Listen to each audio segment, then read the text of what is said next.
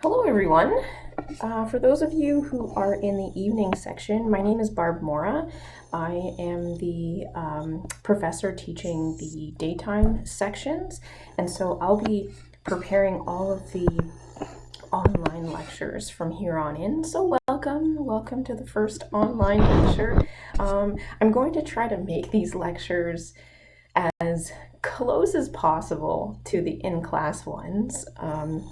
So, as most of you know, I do like to ask questions during the class, and so I know you're out there listening, so I'm going to just go ahead and ask you the same kinds of questions that I typically would if we were in the same room. I'm going to pause, and then hopefully you can come up with your own questions. If you really want to get into it, you can yell at your laptop, but that's perfectly reasonable if you don't. But I'm going to try to make this as personable as possible. So moving forward, I'm going to be posting these just like skeletal slides, just like you are used to, and then I'm going to annotate them as I speak, just like I would in class. And then I'll be posting take-home problem answers as we go. So as always, feel free to ask me questions through email. There's also going to be a discussion board on Quarkus that you can ask questions, and tutors will be primarily answering them, but I'm going to be monitoring their answers to make sure that they reflect what I would answer as well. So we're all in this together. We're trying to make do with the very unusual situation that we're in. We totally get that this is stressful. It's stressful for us too, but we're all trying to figure it out together. So let's just try to make the most of it. All right, here we go. We're going to talk about nucleophilic substitutions and eliminations. This is chapter 11. Instead of reading this, I'm pretty much just going to talk about 4 different types of reactions, 2 types of substitutions, and 2 types of eliminations. And in our discussion, we're going to be talking about how each of these transformations work. A lot of them use very similar substrates or starting materials and nucleophiles, so we're going to also discuss how to differentiate between these 4 transformations, so that you can accurately predict which one is going to occur. All right, so here we go. There are 2 types of reactions that you can go through, or 2 classes of reactions that organohalides can go through. So if we first focus on our substrate here, this is an organohalide where the leaving group, or LG, is often a halide. Okay, so the chapter that we just finished, chapter 10, which covers the synthesis of organohalides and using them, in this chapter, we're going to be seeing those organohalides go through a variety of reactions. So chapter 10 was really laying the groundwork for this chapter. Okay, so if you have an organohalide, the halide is considered a leaving group because it leaves. So if you have a nucleophile,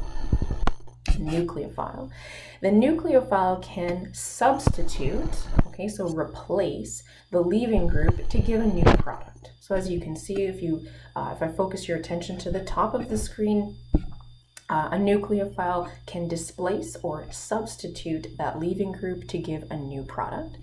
So that's what we'll be talking about today, is the first reaction in that general type. And then if you focus on the bottom half of this slide, you can also implement a base.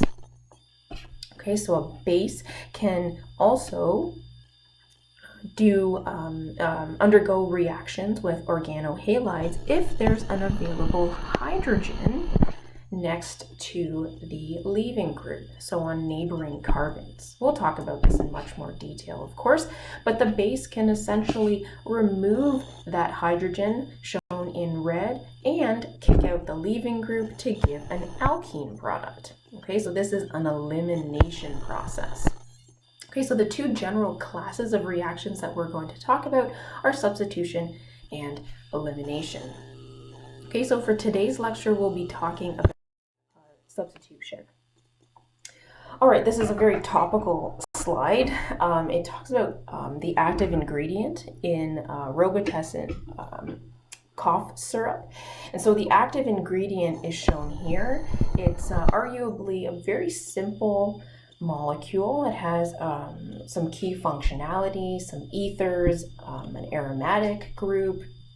We'll talk about what an aromatic group is in a couple of weeks, and some hydroxyl groups. Now this molecule is synthesized in the lab using a reaction that we're going to discuss in this chapter. And so here we have a phenoxide anion. Okay, the nucleophilic site is the alkoxide anion, so that's the O negative. And then if you look at the reaction partner, it's an organohalide, where the halide is shown in pink, the chloride. Okay, these two molecules react in order to install that internal ether substitution. All right, so this reaction, very simple. Hopefully by the end of today's lecture, you'll be able to draw the mechanism of this process, name the reaction, and know a little bit about why it's such a facile reaction. Okay. All right, so again, I mentioned that there are two types of reactions within each class. So today we're talking about substitution reactions as a general class of reactions. Now within that class, we have two types of substitution reactions possible. Okay, so if I focus your attention to the two types of reactions, we have SN1 and SN2. The S abbreviation in these names stands for substitution. The subscript capital N stands for nucleophilic. And then the value, the number, either 1 or 2, has to do with whether it's bimolecular, so bi means 2, and or unimolecular, which is 1. And so these values directly reflect the mechanism of the reaction, because these represent the number of species involved in the rate determining step. So this will make a lot more sense when we talk about the mechanisms and the rates of each of these reactions. So again, it's the number of species involved in the rate determining step. And so the fundamental difference between SN1 and SN2 is the number of steps involved in the reactions, the intermediates formed, if there are any, the timing of the bond breaking and bond forming steps. Okay, so again, this will all make much more sense when we look at each mechanism. All right, so SN2 is actually the easier of the pair, so we're going to start. All right, here we go. This is a general reaction that can be described as an SN2. As you can see, we have an organohalide with a nice leaving group there. And then we have a hydroxide anion, that's our nucleophile. And then as you can see, the hydroxide replaces the bromide in a new carbon-oxygen bond. Okay, so we want to describe the mechanism. We want to look at how we know that the mechanism proceeds in this fashion. And then we also want to talk about important factors that influence the mechanism so that you can properly design reactions and judge whether reactions are going to go through the SN2 reaction. All right, so let's talk about the most important thing, mechanisms. Here we have our organohalide at the very top. We discussed that the bromide is in fact the leaving group. So we should expect it to leave at some point. See you later, bromide. And then we have our hydroxide anion, that's our nucleophile. And eventually we have to make a new carbon-oxygen bond.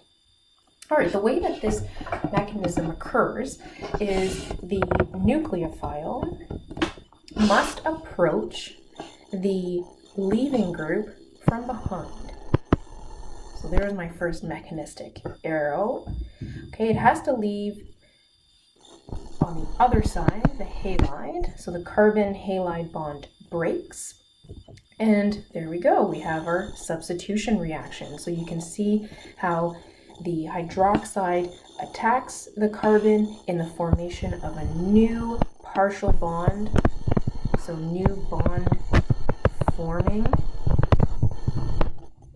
reaction occurring simultaneously as the carbon halide bond is breaking, so bond breaking.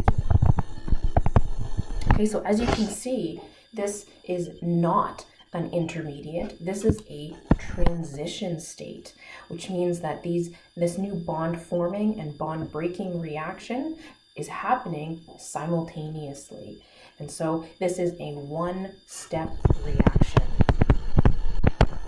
Okay, it's a one-step reaction which forms the new bond between the nucleophile and the carbon and kicks out the leaving group.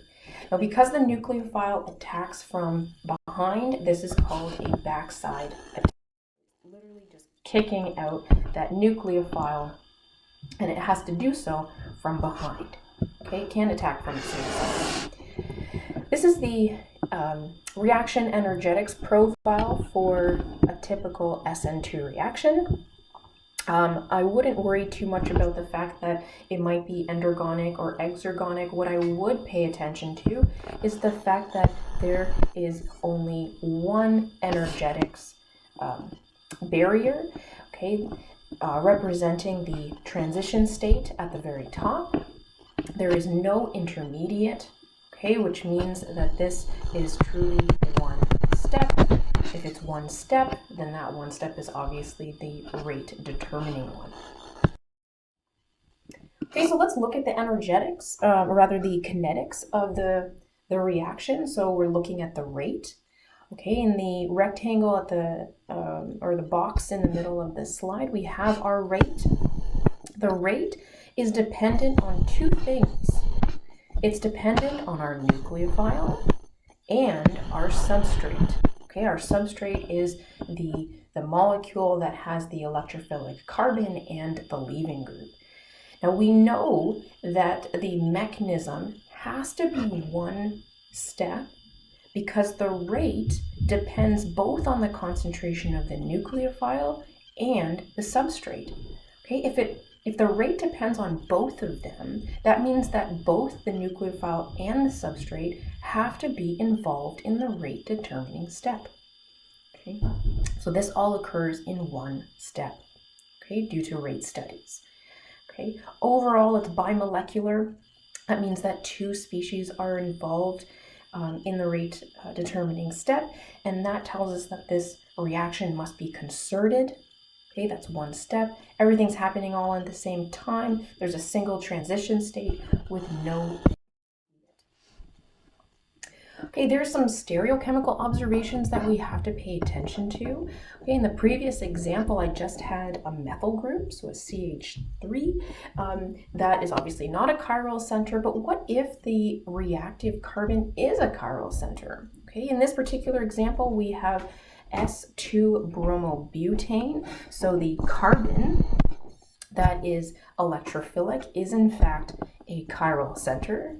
Okay, so if we have the nucleophile attacking from the back side, okay, that new carbon-oxygen bond forms at the same time as the halide carbon bond is leaving, right? And so for in the transition state, you can see that the carbon, okay, for a moment becomes planar.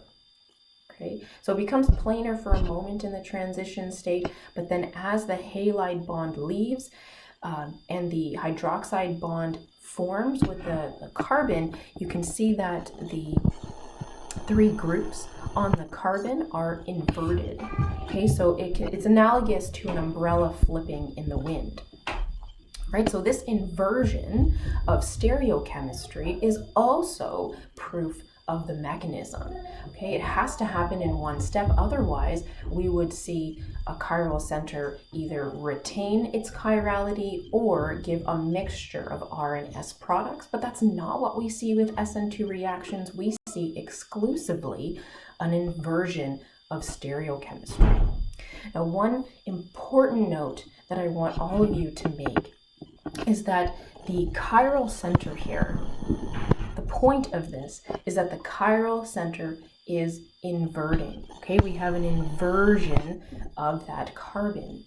Now that doesn't necessarily mean that if you start off with an S, that you're always going to get an R. All right, so when we have an SN2 reaction, there are all sorts of different kinds of reactions that we can run, which means that the nucleophile atom, the nucleophilic atom, that can be a variety of things. The leaving group can be a variety of things. And so we don't necessarily see all R stereocenters becoming S's and all S's becoming R's.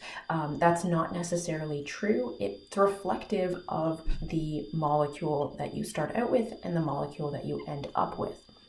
Okay, what is happening in all SN2 reactions is the carbon is inverting. So the chirality at the carbon is inverting. All right, don't assume that all R's become S's and all S's become R's. What I suggest is that you always look at your product, ensure that the chiral center is in fact inverted, and then assign R and S again. All right, another influence on the mechanism is sterics. Okay, if you think about that mechanism, the nucleophile has to approach the electrophilic carbon from behind, make a new bond with it, and then kick out the leaving group on the other side. Now, in order for the nucleophile to form that new bond with the electrophilic carbon, it needs to physically get close to that carbon, right? And so if you have something really small, like a methyl bromide, okay, this electrophilic carbon is really unhindered, right? It's just two tiny hydrogens. A nucleophile is going to have no problem approaching that electrophilic carbon and going through the SN2 reaction. So if you have a reaction with methyl halides, these reactions for SN2 are going to be really, really fast. Okay, they're going to be super fast. No problems with sterics. Okay, then we can start bulking up the electrophilic carbon. So this is a primary carbon. Okay, so we have something, another carbon-based group off of it. Okay, there is still, despite the fact that we've added another carbon-based group on it, a nucleophile still has lots of space to attack that electrophilic carbon, so we still see very fast SN2 reactions. Okay, we start to see a dramatic slowing of the reaction rate once we get to secondary carbons. So if you look at this spatially filled model, you can see that the yellow arrow is our nucleophile. Okay, and if you have a secondary organohalide, it really starts hindering that attack. So we start seeing slow SN2 reactions. And then finally, the maximum steric situation would be a tertiary organohalide. And so that is completely, too bulky for a nucleophile to appropriately attack. Okay, the three other groups hindering the tertiary electrophilic carbon would completely block that nucleophile from attacking. So unfortunately, tertiary halides do not work. Okay, so sterics really is a big impact. Here are some actual rates. Okay, so if you have a relative rate, here, if we start off with methyl, okay, methyl, as we just described, is really unhindered. The reaction proceeds very quickly. And so if you start looking at, primary, secondary, and finally tertiary, you can see that for every 4,000 methyl bromides that will go through the reaction, in that time, only 50 primary alkyl bromides will go through the reaction, and likewise, the secondary, only one will go through the reaction. So that's a huge rate difference. Now with secondary organohalides, the reaction still proceeds despite the fact that it's incredibly slow.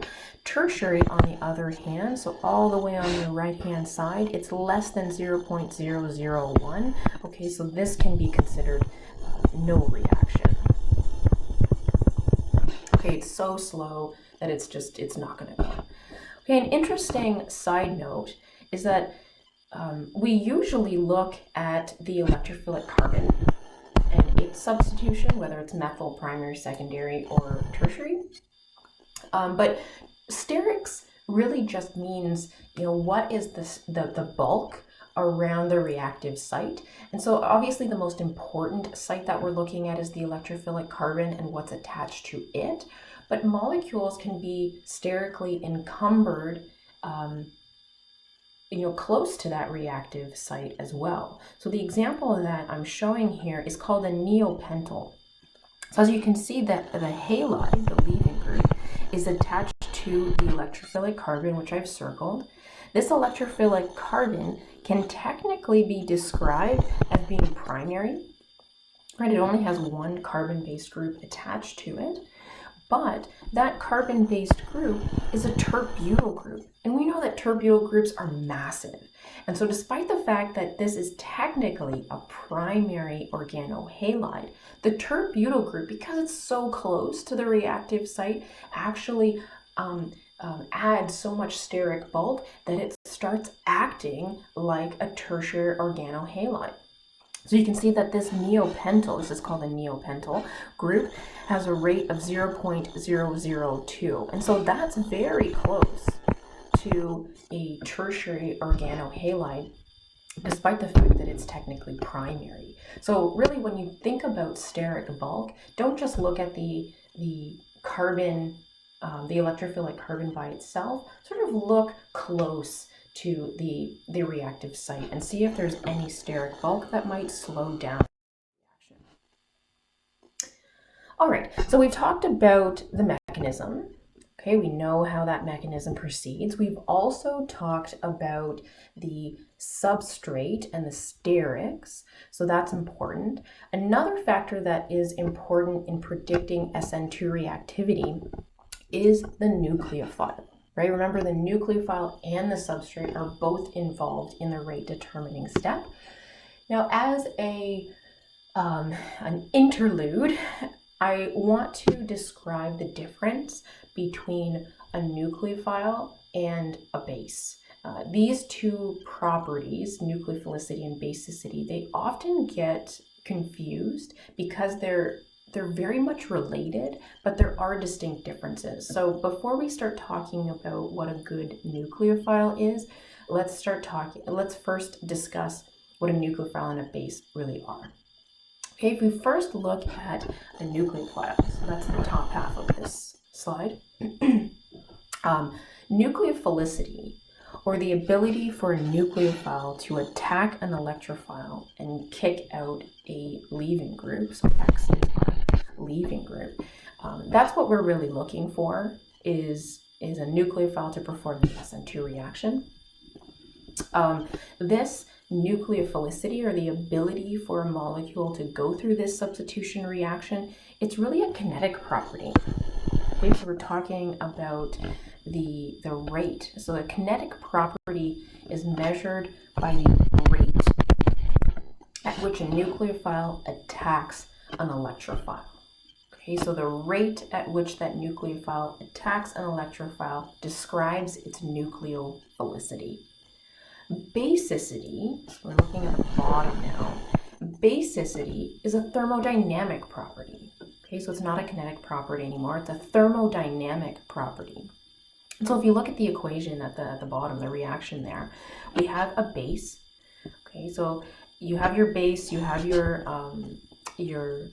proton, your acidic proton. The base can simply deprotonate something to form a conjugate acid.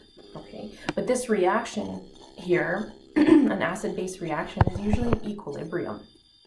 Okay, so basicity is a thermodynamic property measured by the position of the equilibrium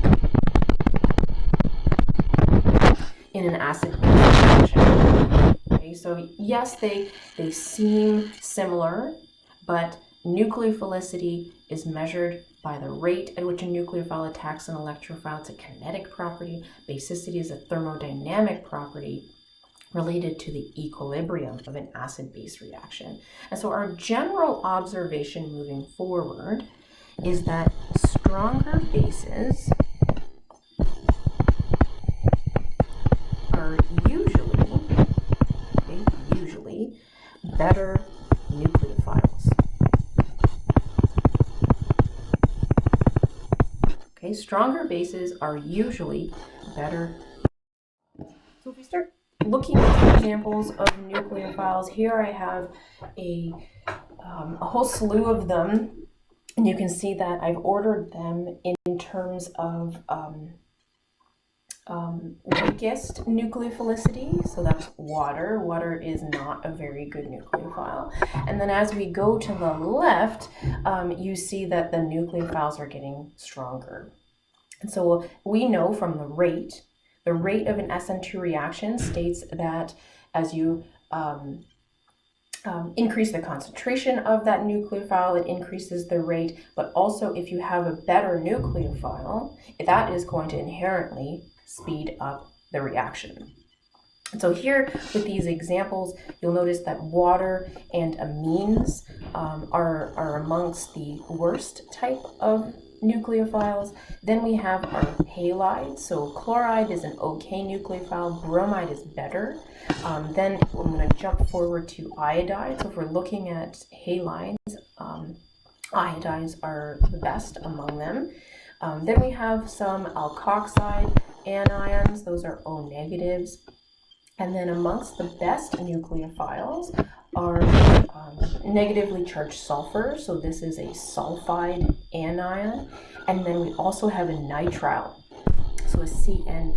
Now I don't like where this negative is positioned of our nitrile. Okay, a nitrile is a carbon-nitrogen triple bond, and the negative charge is on the carbon. So I don't like how that negative charge was positioned near the nitrogen. It's actually on the carbon. So that's a fantastic carbon-based nucleophile. It's a nitrile. All right, so I don't want you to memorize this trend. Instead, I want you to understand some general trends about these nucleophiles, so that if I threw a unique nucleophile at you, you'd be able to justify whether it was a good or bad one. All right, so there's some 3 important trends that you should be aware of. Generally, anions are better nucleophiles than their neutral counterparts. I think this makes sense, right? So if we think about the mechanism, the negative charge, or rather the lone pair of electrons are doing the attacking. So you can imagine that if you have a negatively charged nucleophile, that's going to be better than a neutral molecule. So a great example would be water. Water has lone pairs of electrons. That would be the reactive electrons, okay, to do the SN2 reaction.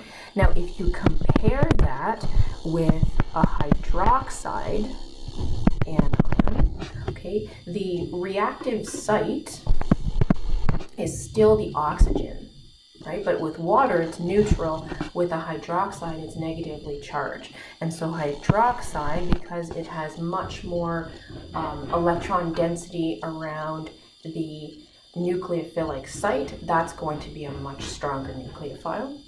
Then if we look within a group on the periodic table, so some great examples would be halides, as well as some heteroatoms, so sulfur versus oxygen. If you have your periodic table, sulfur is just below oxygen.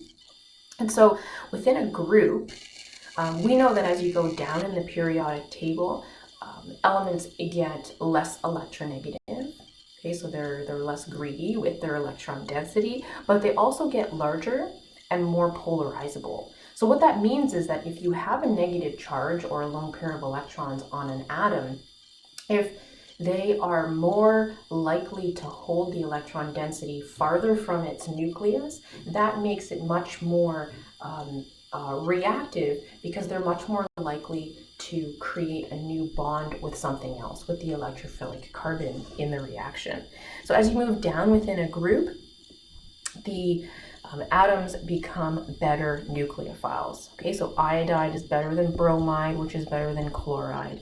Fluoride is not even in this conversation because it's so small and it's so electronegative. It's not a very good nucleophile at all.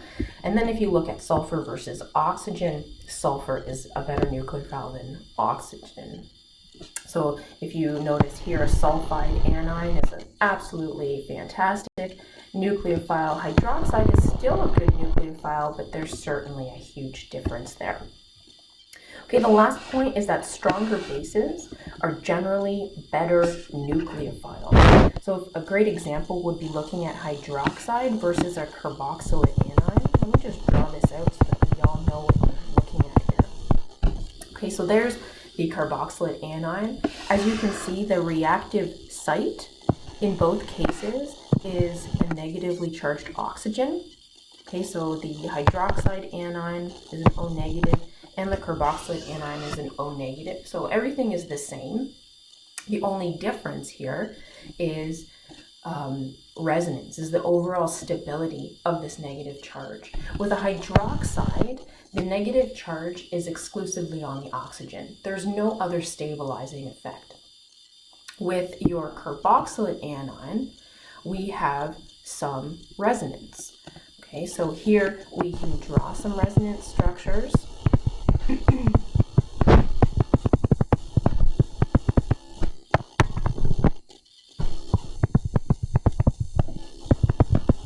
Okay, to show that the negative charge is in fact shared amongst both oxygens, not just one. And so if this carboxylate anion is stabilized through resonance, that means that it must be less reactive, right? More stable means less reactive. And so despite the fact that both hydroxide anions and the carboxylate anions have the same attacking anion, O negative, hydroxides are much better because they're simply more reactive. They're stronger bases. All right, so here are some actual examples of a variety of nucleophiles, all with methyl bromide. And so you can see the products and their relative rate. As you can see, water, pretty terrible nucleophile, relative rate of 1. And then as you start going down to, say, hydroxide, for every one reaction with water, hydroxide goes through the reaction 10,000 times. And then if you compare that to the sulfide anion, which is an awesome nucleophile, that's 125,000. So clearly, as the nucleophile strength increases, so does the rate. Okay, next thing we want to talk about is the leaving group. So we're talking about how that leaving group affects the rate of the reaction. Okay, we know that the rate depends on the substrate and the nucleophile. We've already talked about the nucleophile. We have talked about the steric bulk around the electrophilic carbon, but we haven't really addressed that leaving group. Leaving group is obviously very important in the mechanism because it needs to leave in order for the process to occur. And so we can generally say that better leaving groups are those which can stabilize the negative charge. Okay, it can stabilize the negative charge that develops in the transition state and also in the product. Okay, the leaving group is usually a negative charge. It becomes a salt with whatever the counter ion for your nucleophile was. But in any case, the leaving group is always better if it can stabilize the negative charge that results on it. Okay, so if you think about stabilizing negative charges, what comes to mind? Okay, so think about that. How can we stabilize negative charges? Okay, hopefully a couple of things have come to mind. When you think about a negative charge on an atom, I think right away you might think about stability through resonance. Okay, we've talked about that with the carboxylate anion a couple of slides ago. So if you can push that negative charge around to multiple atoms, that gives rise to stability. But we can also think about stability through polarizable orbitals. Okay, that's also something that we've talked about several times in the course and in this lecture. So generally, leaving groups that can stabilize that negative charge are going to be better. Okay, another generalization is that weaker bases, so these are conjugate bases of strong acids, they can stabilize the negative charge quite well, and so they're considered good leaving groups. If you consider the leaving group examples that I've offered here, the two leaving groups that are amongst the worst options are hydroxide and an amide anion. Okay, these are really terrible leaving groups because the negative charge, okay, I also don't like where these negative charges are drawn. Let's draw them on the actual atom that has the negative charge. Okay, these are terrible leaving groups because the negative charge is localized on either the nitrogen or the oxygen. As you can see, there is no resonance possible for these leaving groups, so that consideration is out. Another thing is that nitrogen and oxygen, they're small. They have small orbitals, so that negative charge is really concentrated in those small orbitals. Now, if you start looking at halides, so fluorine, chlorine, bromine, and iodine, when you have the negative charges on them, the negative charge again is localized on a single atom, so there is no resonance possible, but there is certainly polarizability as you move down in the periodic table.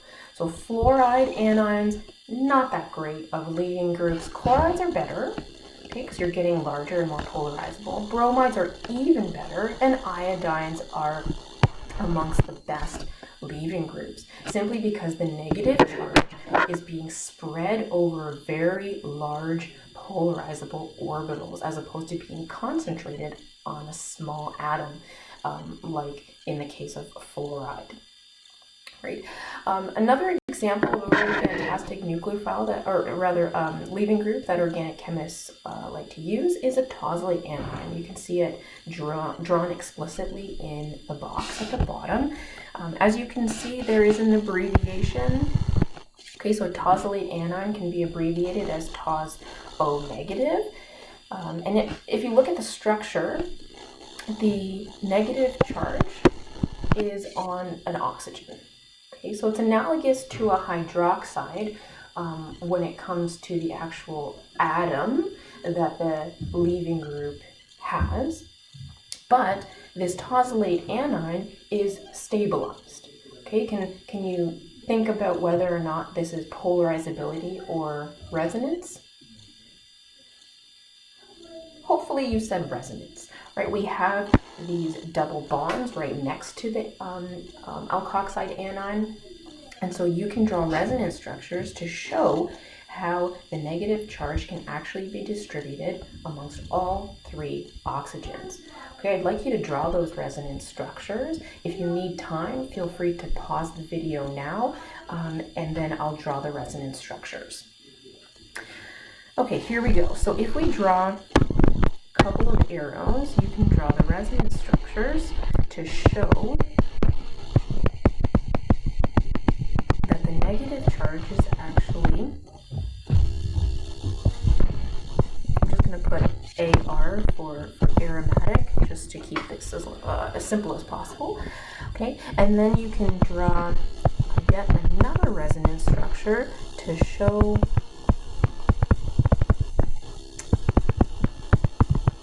how the negative charge is actually distributed amongst all three oxygens. And so you can hopefully see how that resonance stabilizes this negative charge and makes it a really fantastic leaving group. All right, so we're going to do this in-class problem.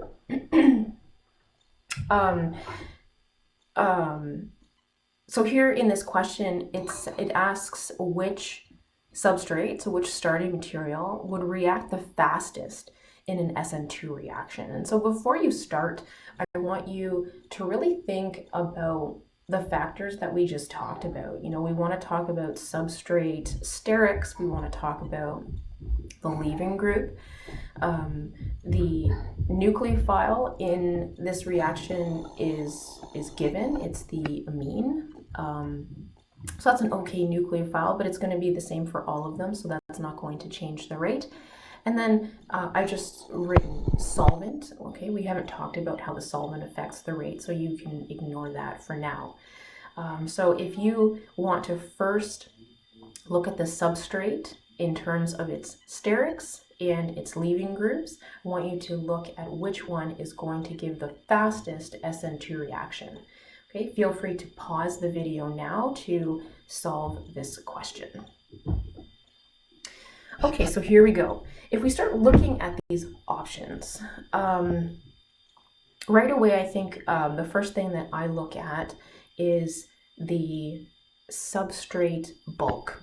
Okay, so for option number 1, we have what substitution.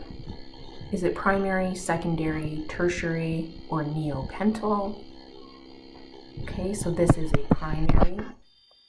With number 2, we have secondary. Okay, with number 3, we have technically a primary, but we have this isopropyl group right beside it. So it's not technically a neopentyl, but it's definitely bulky. Okay, so although this is primary, I'm going to put primary plus to show that it's not quite primary. It's definitely much more hindered than a typical primary. Okay, with number 4, this is primary as well. And then number 5, this is secondary. Okay, so right away, I think we can remove number 2 and number 5 because they're secondary. And then we can also remove number 3 because it's definitely not your typical primary. Okay, so if we remove these from the discussion, we have 1 and 4 left. Okay, both a tosylate and a bromide anion are fantastic leaving groups, but there is a difference in rate between them in that the tosylate is resonance stabilized, heavily resonance stabilized, and so that is a better leaving group. So my answer would be number 1. And hopefully yours was number 1 as well. Okay, one thing that we haven't talked about yet is the solvent. Okay, usually all solvent does is get everything in solution so that everyone's at the party and ready to react. Okay, so we do need to pay attention to the solvent when it comes to the substitution reactions because some can really slow down the reactions. We want to be aware of that. Okay, so when you think about solvents, there are 2 general classes. The first one is protic solvents. So these are solvents that have some kind of heteroatom attached to a hydrogen. So an OH or an NH. Okay, and these act as hydrogen bond donors. Okay, so we're thinking alcohols, water, amines. All right, and then the second class is aprotic solvents. These are solvents that do not have these kinds of bonds, so they don't serve as hydrogen bond donors.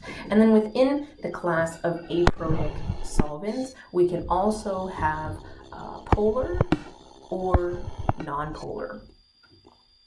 Okay, so aprotic solvents come in, there's a lot of aprotic solvents. Some can be polar, some are nonpolar, and you have to keep that in mind. There is no such thing as a protic solvent that is nonpolar because it inherently has a polar bond. All right, so if we look at SN2 reactions, there's a general reaction up at the top. You'll notice that our nucleophile is a sulfide anion.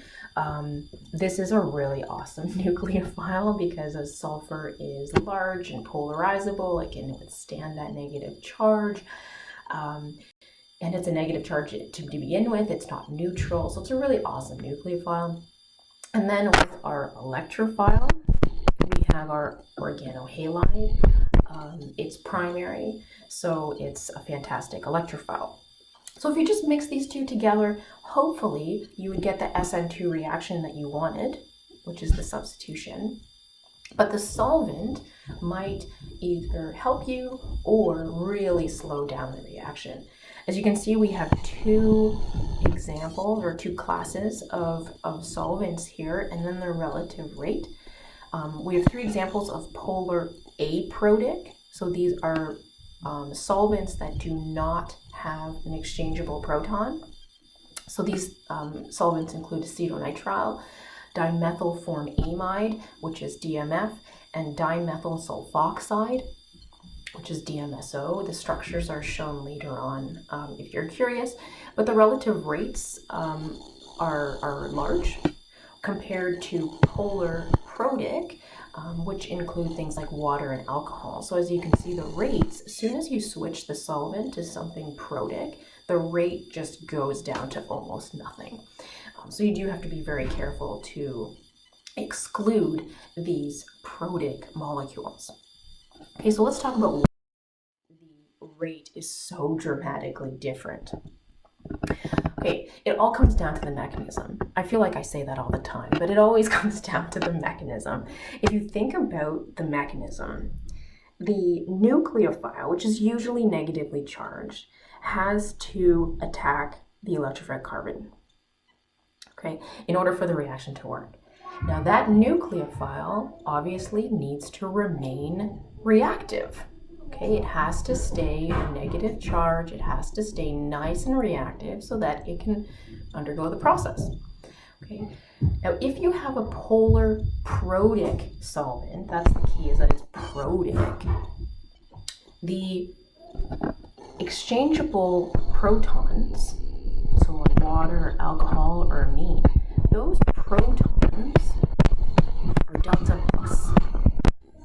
Okay, they're delta plus. And so if you have your nucleophile, which is usually a negatively charged species, those delta plus protons surround the negative charge of your nucleophile. Okay, it only makes sense that it would do that, so it stabilizes it. And remember, whenever you stabilize anything, it's going to reduce its reactivity. So if you essentially solvate or surround your nucleophile with solvent molecules, it's going to make it significantly less reactive and slow down that reaction tremendously. Now compare that to polar aprotic solvents. Aprotic solvents, so here we have acetone, DMF, DMSO, and acetonitrile that I mentioned on the previous slide. These are their structures. As you can see, they all have polar bonds, so they are able to dissolve polar molecules, so they're great solvents for that, but there's no OHs or NH bonds, which means that there's no protic entities about these solvents. Okay, so these solvents essentially dissolve your organic molecule, and that's pretty much it. Okay, they leave your nucleophiles alone. Okay, they do not solvate the negative charge of your nucleophile, leaving them, so to speak, naked or by themselves, which means that they can do their job. They can react with the electrophile, and the reactions are very fast. So the solvent does make a huge difference. Okay, this is a summary of the SN2 reaction. Remember that it's a backside attack and that we always see inversion of stereochemistry at the stereo centers. The rate law is second order, which is where the 2 comes in for SN2. It's bimolecular, which means that the rate depends on the nature of the nucleophile and the substrate.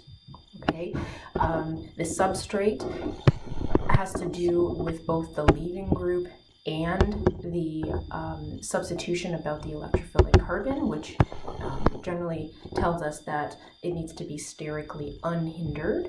And then the solvent is also important. That's not in the rate law, but we know that solvents do affect the nucleophilicity of our nucleophiles, so it's most effective in polar aprotic solvents. So you want to stay away from water. Okay, so for the last couple of minutes in today's lecture, we're going to do a couple of in-class problems. Feel free to pause to solve some of these problems yourself first before I go through them. Okay, so for this particular problem, it's asking you to describe the following 6 solvents as either polar or nonpolar, and protic or aprotic. Okay, so protic, remember you need some kind of OH or NH bond. Aprotic is obviously not having those bonds there, and then polar has to do with whether there's a polar bond. Okay, nonpolar is obviously no polar bond. So that's differences in electronegativity. Okay, so you can pause now if you want to solve it. Otherwise, let's go on and describe the solvents. The first one is DMSO. This is dimethyl sulfoxide. As you can see, in terms of polar or non-polar, there's a polar bond. Okay, so it's polar. And I don't see any OH or NH bonds, so this is protic. Okay, DMF or dimethyl formamide. Here we go. There's lots of polar bonds. Okay, so it's definitely polar. And I don't see any OH or NH bonds, so it's aprotic. Sorry, DMSO. I don't know why my A didn't show up there, but it's polar aprotic. DMF is also polar aprotic. Okay, methanol has an OH, so it's protic. It has a polar bond, so it's polar. Okay, if we jump down to water, same thing. Water and alcohol are analogous. They have OH bonds that are in fact polar, so these are polar protic. Okay, then we have toluene and cyclohexane. I'm going to tackle them together. As you can see, they are all carbon-hydrogen molecules, so there is no significant polar bond. So these are non-polar. So both of them together, they're non-polar, and I don't see any OH or NH bonds, so these are aprotic.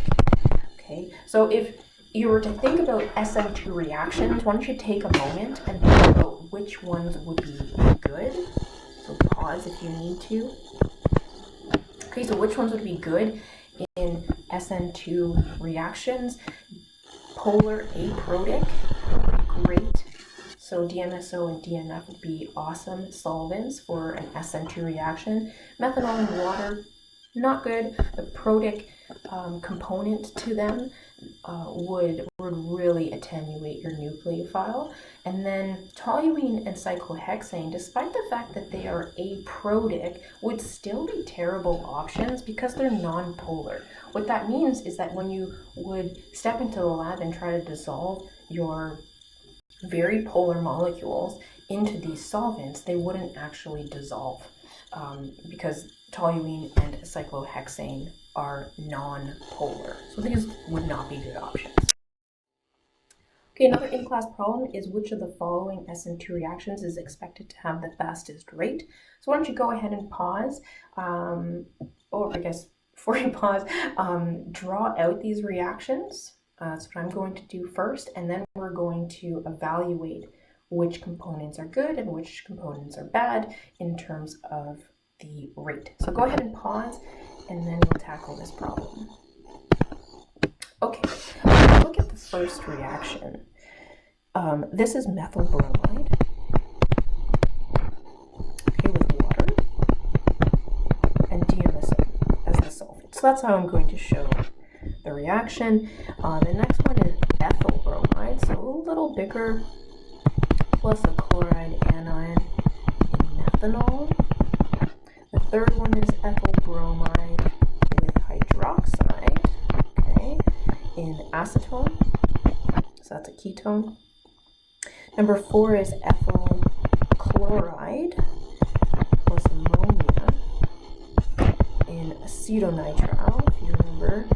That's nitrile there. And then the last one is methyl bromide with hydrogen sulfide in acetone. Okay, so if you start looking at these, I'm going to put strikes against things that are not good.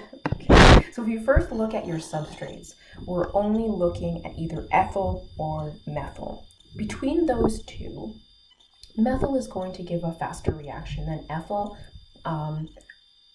but it's not an enormous difference in rate, but still methyl and ethyl, they're all good. Okay, if we had a secondary or tertiary alkyl halide here, I would be very hesitant about them. Then if we look at the leaving groups, most of them are bromide and one of them is chloride, so that's not very good. I'm going to put like a little X beside the chloride. Chlorides are not awesome leaving groups.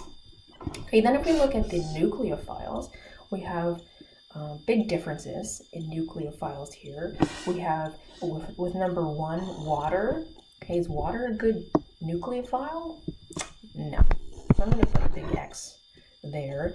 Chloride is okay. Hydroxide is certainly better. Ammonia is right up there with water as being a not great nucleophile, and then a sulfide anion for number 5 is awesome. So we're getting closer to an answer. It looks like number 4 is doomed. Number 1 is not looking so great either. Okay, now we can look at solvents. We know that polar protic solvents are really terrible. So do we see any polar protic? Okay, number 2 has an alcohol, so that's really not going to work very well. The others are in fact polar aprotic, so they're okay. All right, so if you kind of look at these options, number 1, 2, and 4 already have significant strikes against them. I'm just going to get rid of them. And now if you compare number 3 and number 5, okay, if you look at ethyl versus methyl, methyl is better. They both have the same leaving group, so that doesn't matter. They both have the same polar aprotic solvent, and then also we have the nucleophile. Hydroxide is a great nucleophile, but sulfide anions are significantly better, and so number 5 does in fact have the fastest rate. That we have is selecting the conditions for this transformation. As you can see, the organohalide is chiral, and then in the product, the new, what used to be the nucleophile has inverted the stereocenter. Okay, so where there was a wedge, now there's a dash, so there is an inversion of stereochemistry. So if you were to look at this reaction on a test, right away you should be thinking SN2. Okay, it's an inversion of stereochemistry. Okay, leaving group is bromine. The nucleophile must be this OAC. You might be asking what OAC is. Okay, it's just an acetate. Okay, so if you were to look at these options, I want you to think about what makes a good nucleophile, and in some cases there are some solvents listed. So please consider these, pause, and then play again to go through the answer with me. All right, so if you look at these options, the nucleophile, which has to be related to this O-acetate, with number 1, it's just acetic acid. Okay, so the option is just this acetic acid. So acetic acid plays the role of the solvent and the nucleophile. Okay, number 2 has a negatively charged acetate, okay, and if you can hear that noise, that's my son playing with cars in the background. So here we have sodium acetate in acetic acid. Number 3 is the same thing, negatively charged acetate in water. Number 4 is in DMSO, and number 5 is the neutral acetic acid in acetonitrile. Okay, so right away, I think I would personally strike out any of the options that have solvents that are protic. So with number 1, acetic acid, that's an OH, right? So that's a protic solvent. So number 1 is out. Acetic acid here. Number 2, water is protic. I'm going to strike out number 3. Number 4 is DMSO. Number 5 has acetonitrile. You can go back to review those, but both of them are polar aprotic. So those are good. And then with the nucleophile, we're either comparing the the sodium O-acetate, okay, which is the negatively charged nucleophile, versus the neutral acetic acid. Okay, so we know that if you have a comparable nucleophilic atom, so here it's oxygen, that is doing the nucleophilic attack. We know that negatively charged nucleophiles are always going to be better than their neutral counterparts. So from this argument, the negatively charged nucleophile is going to be better, so that gives the answer as number 4. All right, so that concludes our discussion of SN2. You can start the next lecture when it becomes available, and we're going to be talking about SN1. Happy studying!